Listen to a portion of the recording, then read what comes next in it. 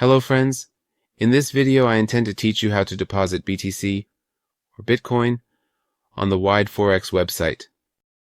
You click on the Add Funds section and then in the cryptocurrencies part select BTC, which is the first option for Bitcoin.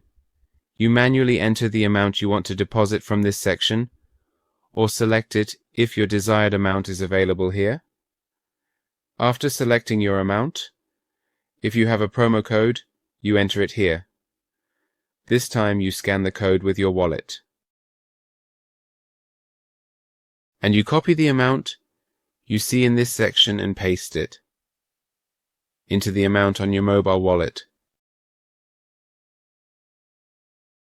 And friends, please note that the minimum deposit starts from $10.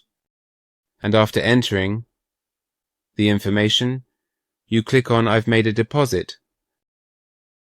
And friends, as you can see, after less than 10 minutes, this amount was deposited into our account.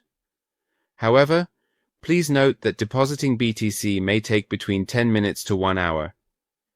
And if you notice that it has taken more than 60 minutes, you should contact the support of the Videforex website.